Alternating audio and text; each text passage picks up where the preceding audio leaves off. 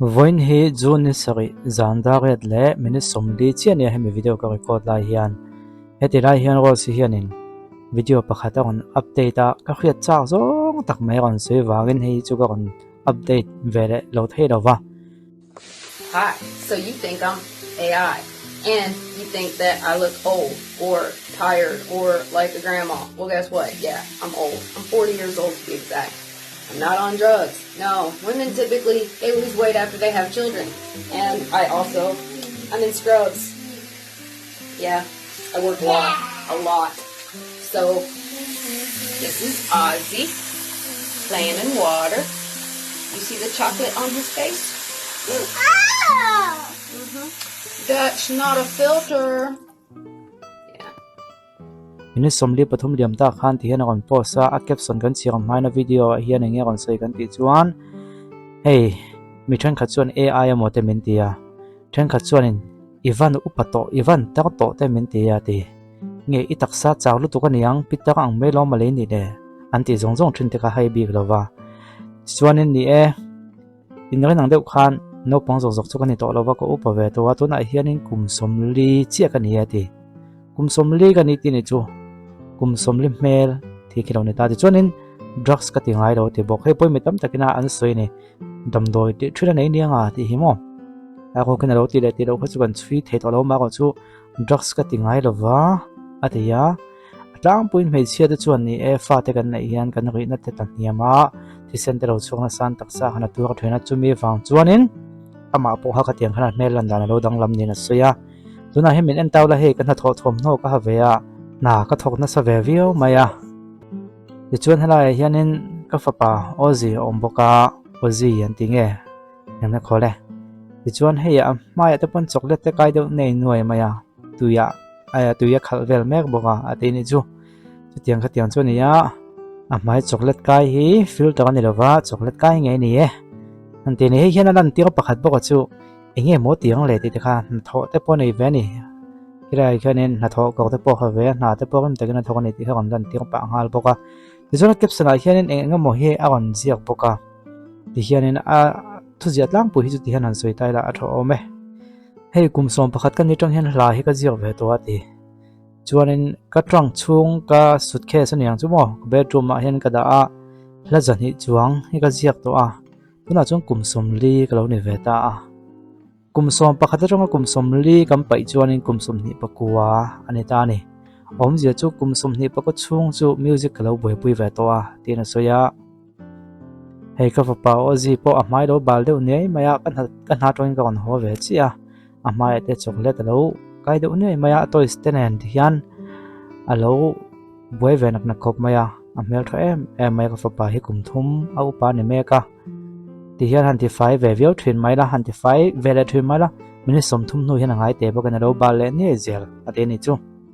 ti chuan a to pa tho cha hian in zawa khan ka mai vek chewa voina hian in thil ti chak zong no min ti zong in du zong kha lem te tal poting nge ang chu on ti a chumi na ta lan chu kan nun hi gai lo em chu wang chuan lungai nan te ha sat na te kan mang na sa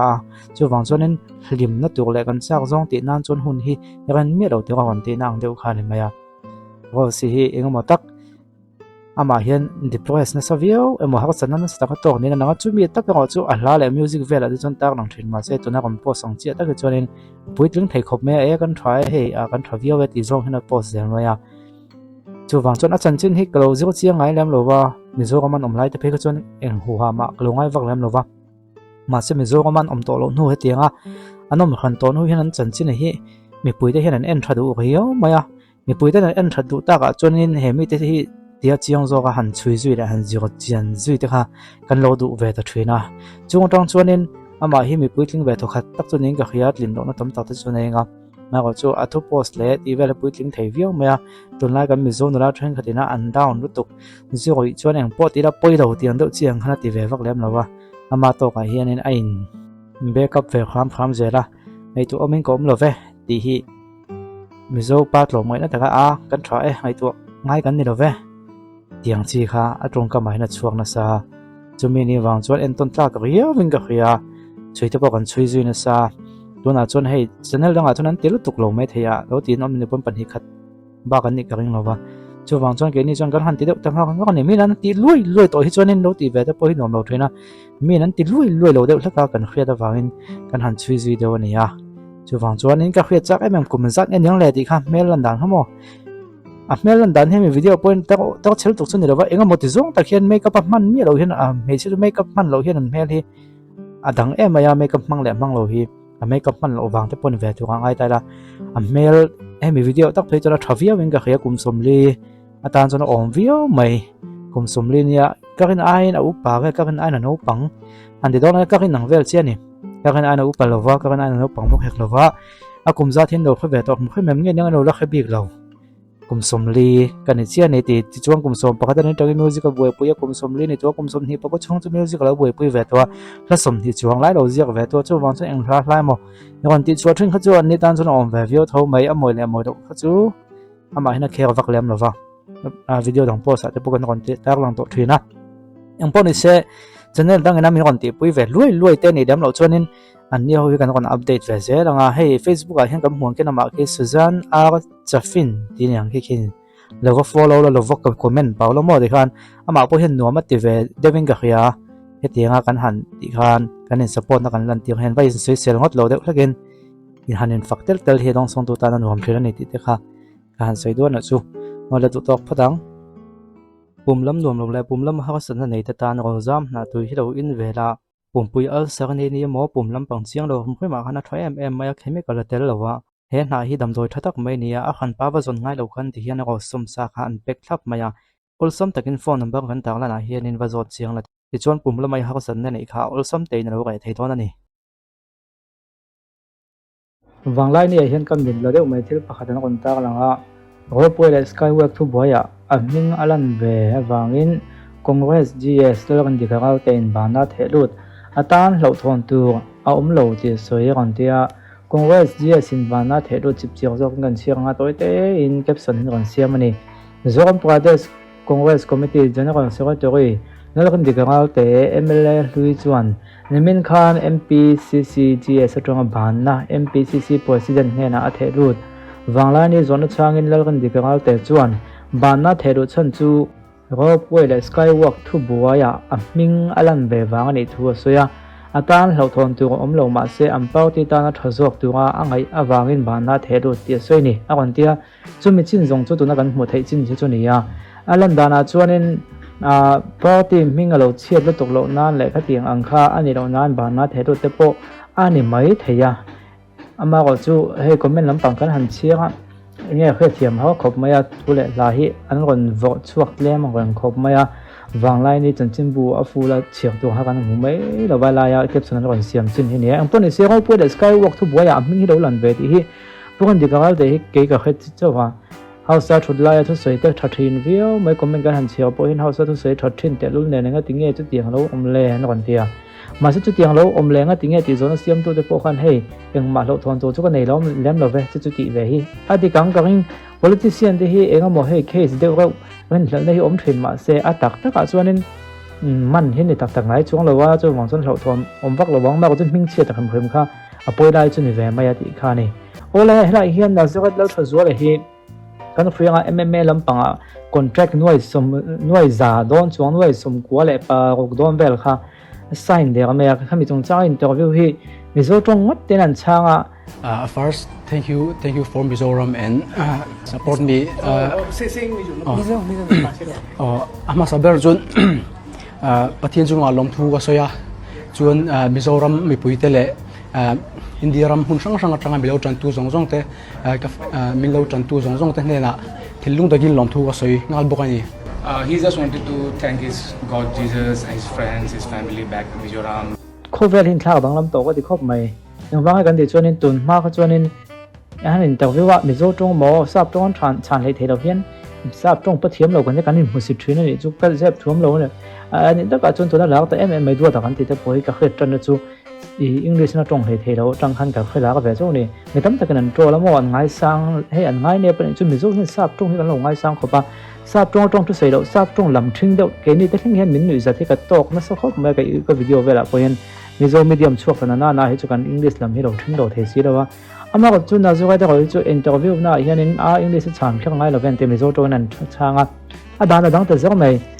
comment lama an fak liam ta ni mi zo to an chang mai tong han le tiang mai ki avan lo mum English chan khang ngai lo English til lo pon thlen sa the English an vadan hiam bang le vin mom je zo ga chu mi zo tong kha zo mo ya ma ni tong kha he nyang he an kon choi moi thiam ven chu tun ma sin chang chon na sa ka themo han tol no sa don tu theng sang viang wa se mi zo tong a han chan tut English po thiam si la wa ti kan ti le no sa don ma se tun ma chung gam kho he zau to a nam dang zo te po an ma ni nam tunga interview la ta mai ang chi te po anom ve tu to ni chu wang zan sap tong thiam lo hi chang kan lo te ne be po lo ni ta lem lo ti kha tun hu hianin anol puya hi chona kon ni chotan in ka khiam a ko thang kha ta ko chonin sap tong mang hlei thelo le sap tong lam thing deuh ni zathi chu kan lo om ve ve mai sap tong lam chang kang vak lo ni zat tok ve la chang kang he kan la tam ve ve mai te ko chu kan soi tel khan tu ni From Joshua, right? Did you draw any inspiration from Joshua Van as a fighter? Joshua Van ama hi ke man di same blood thi sen kha an awang hain an UFC champion ni an ni pon a thei chuan in mi zo te hian kan thei ve ni ti kha ama tang khanin chona lian tak ka muwa chu wang chun ama ai zo in ka tui thara thei top ka chu ni sarman nasa do jang jim noya. He said that Joshua Van is same as his tribe and his blood. So he. What's your goal going forward in one championship? Now as a contracted fighter. I want to one championship strawweight MMA champion belt. Yeah. He said he want to. Apparently, yeah. Le India kan ramtan thei top chu atuma pathian in risel namin pen ni chuan India hian champion belt ron hon ngai atumani chuan invite India ram mi pui zong te bye kalom tu in support na. Thank you very much. Thank you very much, Nazareth. Kalam tuk. Yes, kalam tuk. Thank you. Right, thank you. Yeah. Bitorli fanti mizo tongin na kha te pon ti ya LZ industry hi chon Khawlbawm na an te thung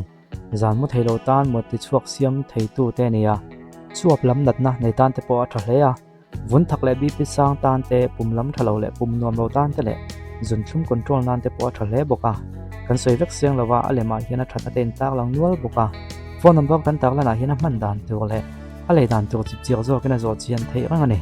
Khawlbawm na chemical manga siam ne lawa a na ko som kha ni maya hemin ha hi an zir chian na te po soi tu ko om deuh mai ma se tu na tan phei chuan i mamo a zir zerin a man dan tu le a le dan tu kha phone number kan tak la na hin lo pe phot me ko le